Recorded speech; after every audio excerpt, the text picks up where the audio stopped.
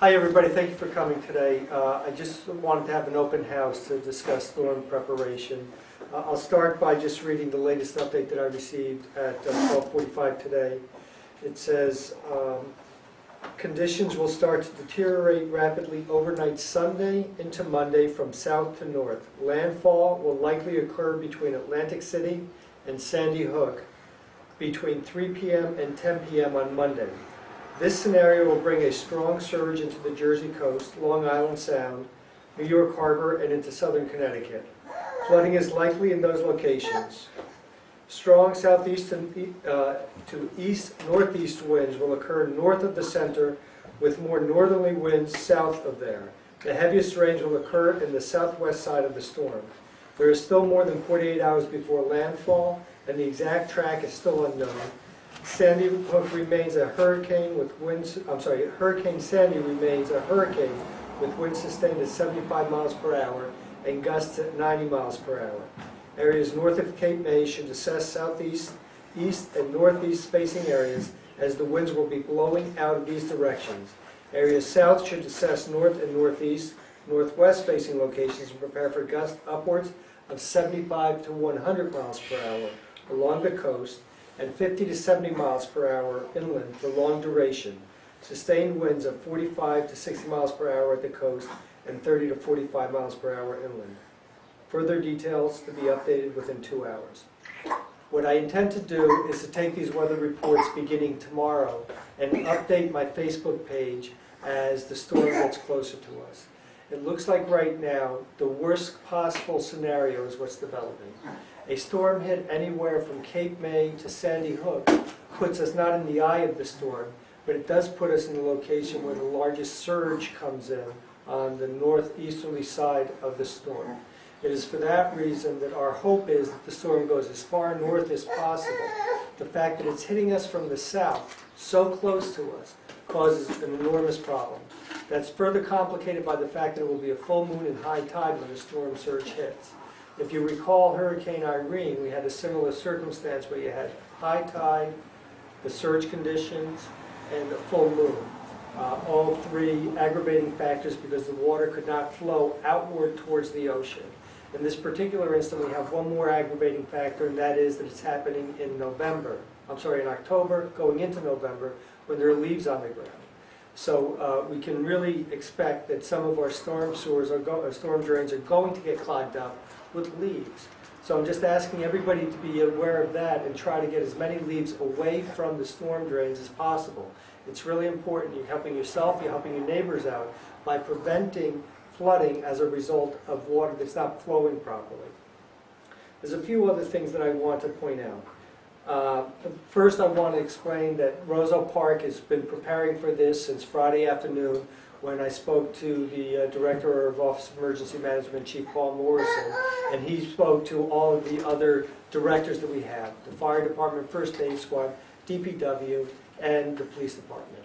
All of those departments are working hard right now to prepare for this storm so that way we can mitigate any potential damage. From everything that I'm hearing, we are going to get hit hard.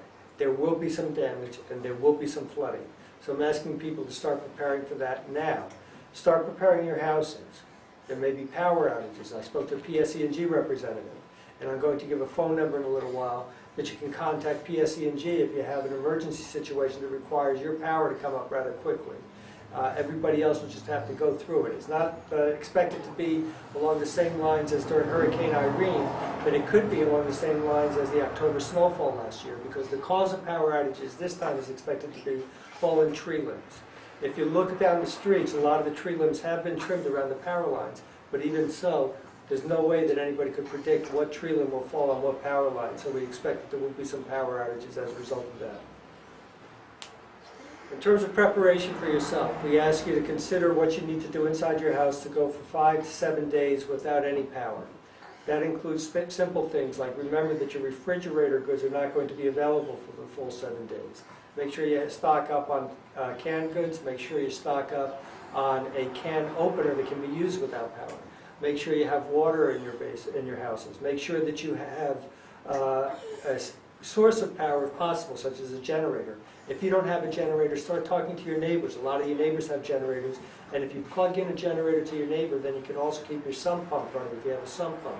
You might be able to keep your refrigerator or freezer running if your neighbor will allow it.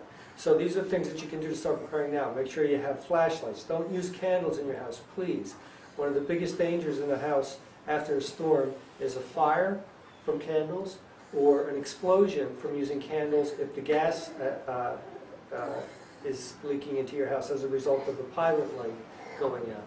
So just be aware of those dangers. If you have a radio, get a radio. Get a car charger for your cell phone in case the power goes out.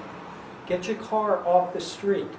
If we expect flooding, the streets are the lowest points of any neighborhood. So get your cars into driveways. We are also making available all the municipal parking lots so that way you can park your vehicles there for free. Use those parking lots. It's really very important that you get the cars off the street for a number of reasons. The first one is that if a car is stuck in the water, we have to put people at risk to remove that car. We have to get a tow truck out there, we have to get the fire department out there. So don't drive around, don't park your car in the street, move it out of the street if at all possible. The phone numbers that I want to give out now are for the members of council and for our emergency services. I'll start with the emergency phone number. It's the best number to call for non-life-threatening emergencies during the storm is our dispatch center. It's area code 908-245-2300. Again, we're going to post this on Facebook, and anybody that's here that can't write it down now, we'll go ahead and give you a note before you leave with the phone numbers. It's 908-245-2300. That's the non-emergency police dispatch line. That's the number you should call if there's not a life-threatening situation. If your power goes out, please don't call that number because they're not going to be able to help you. If your basement starts flooding, we can't pump everybody's basement out. It's not going to be something that this town will do. We have never done that. We don't have the resources to do it, and we incur legal liability for doing it. So if your basement starts flooding, the best thing to do is to start requesting assistance from your neighbors for a generator or some kind of pump from them. If you see a car stuck out front, unless there's somebody sitting in the car, you don't need to call that in. The police department will see it eventually.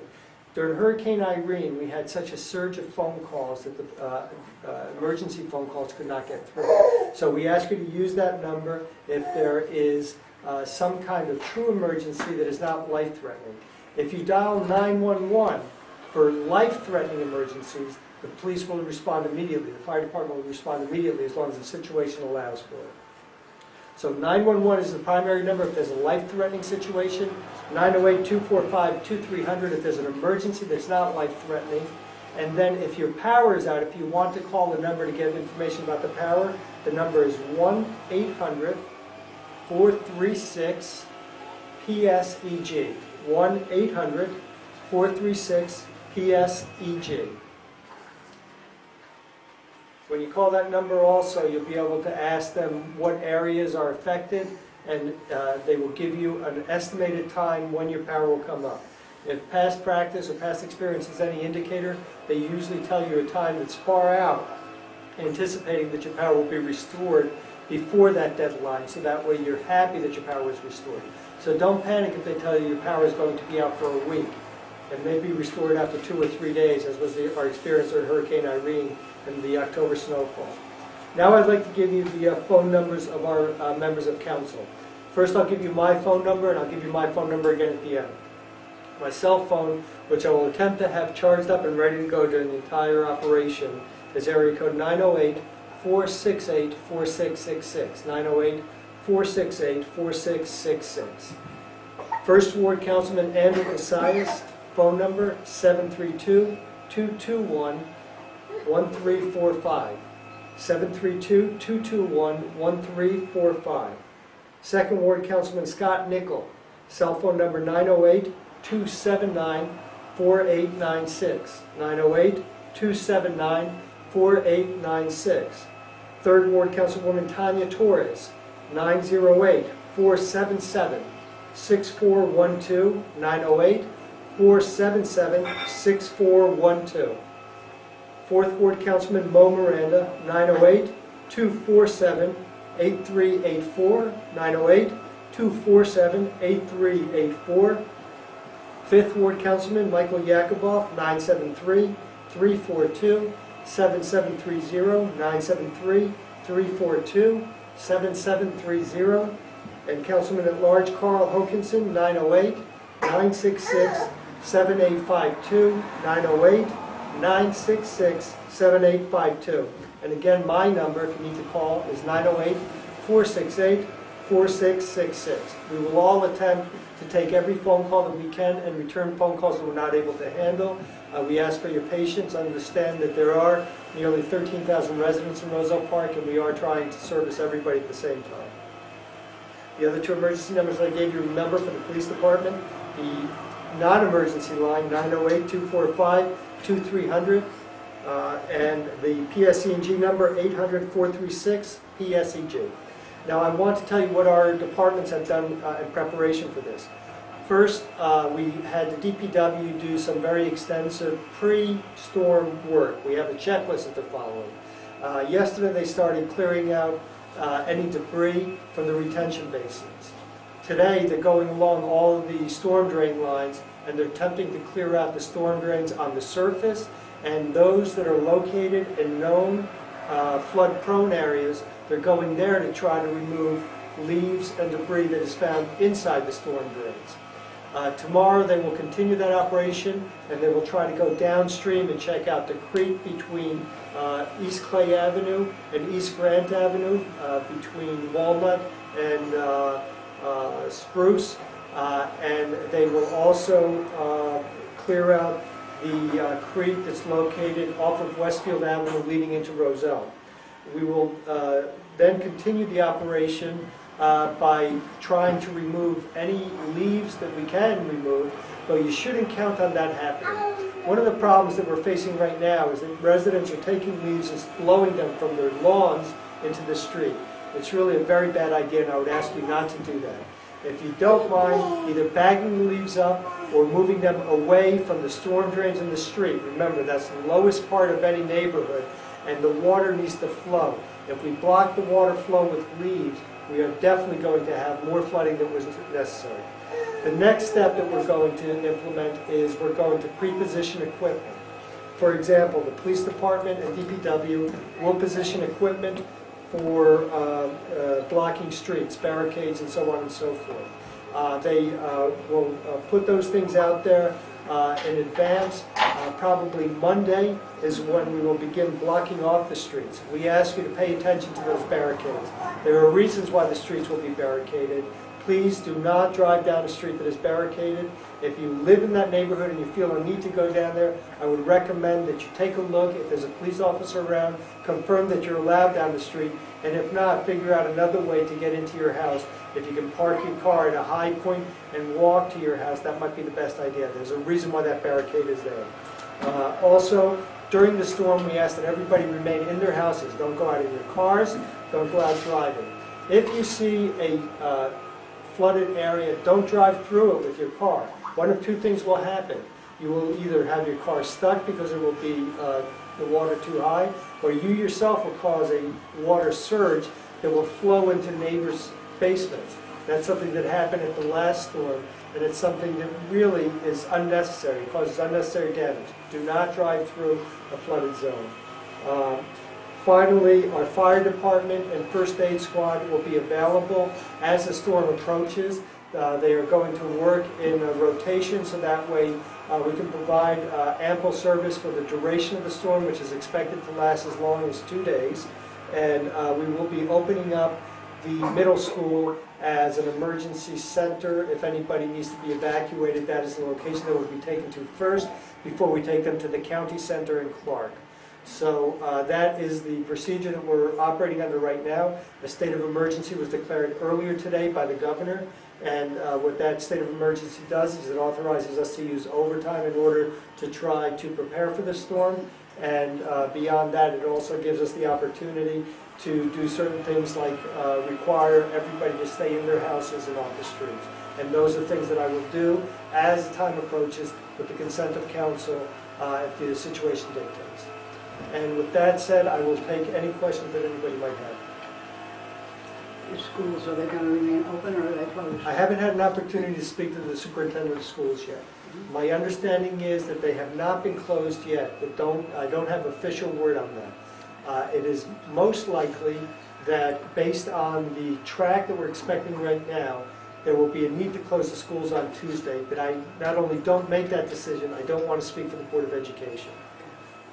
And Board of Education does do a robocall to parents when there is a problem like this, so hopefully they will be doing a robocall on Monday to explain the situation. Yes, sir. Are you supplying sandbags or sand for people in Roselle Park? The question was, are we supplying sandbags or sand? And the answer is no. We have sandbags for our emergency operations center, but we don't have enough to supply to residents. I can tell you last year, as the hurricane was approaching, I did something that proved rather effective. I went out and I bought bags of topsoil that I placed around my windows by the basements, and it worked. It was a very effective way, and then I could use the topsoil later on in my garden after the storm passed. So that may be something you want to consider a cheap alternative. I have another question. Yes, sir. You talked about the electric cost for electricity. Yes. Does the city provide anything for like places, major streets where the people can get pumped out, and they don't have electricity? Like I live in an area where last year for 5 days we didn't have electricity, and some guy had his own pump, but I was wondering if the city could supply for areas like that. The question is, does the city supply pumps for areas that are prone to flooding? And the answer is we do not go into private basements to pump the basements. There's a very important reason why we don't do that. When basements are pumped, there's still water pressure on the outside of the basement. A lot of our houses are cinder block or older concrete poured basements. If you remove all the water from inside the house, the pressure from the outside of the house will cause the basement to collapse. In Cranford last year, that happened to several houses. They did an emergent pump, and the walls from the basement collapsed. It's something that we don't do because we don't want to undertake a liability. Frankly, by the time the water reaches the stage that it requires pumping, it's not, you're not going to salvage anything that you have in the basement, and the reality is that we don't have enough equipment, nor does any town have enough equipment to pump out basements for every resident that requests it. But it wasn't, okay, I didn't really mean pumping the water out, but as far as electricity, they have emergency, for certain areas. Last storm, Electricity. the borough itself doesn't have enough generators and pumps to provide to all the residents. The question is, will the borough provide generators for residents? And the answer to that, I'm sorry, is also no. It was something that we had considered as part of our emergency operations budget, but the cost is so great if you want to cover the entire town with generators that it would be unfair to get for some areas enough for other areas when there's a power outage. The other concern is that we then also are undertaking a huge responsibility of putting generators out in different locations ahead of time. What I did last time is I personally had spoken to several contractors that use generators for their businesses, and they provided generators that I then loaned to individuals in specific neighborhoods that had either long-term power outages or residents who were elderly and ill that needed it for life-saving equipment, needed power for life-saving equipment. And that system seemed to have worked out. I can't guarantee that it will happen again, but it's something that I'm willing to check out with some of the very generous contractors that have generators that provided them last time. Any other questions? I understand that many times the fire department will come in and turn off your gas and things like that for you. You hear that the water gets so deep that it is create a problem. Yes. Is that true?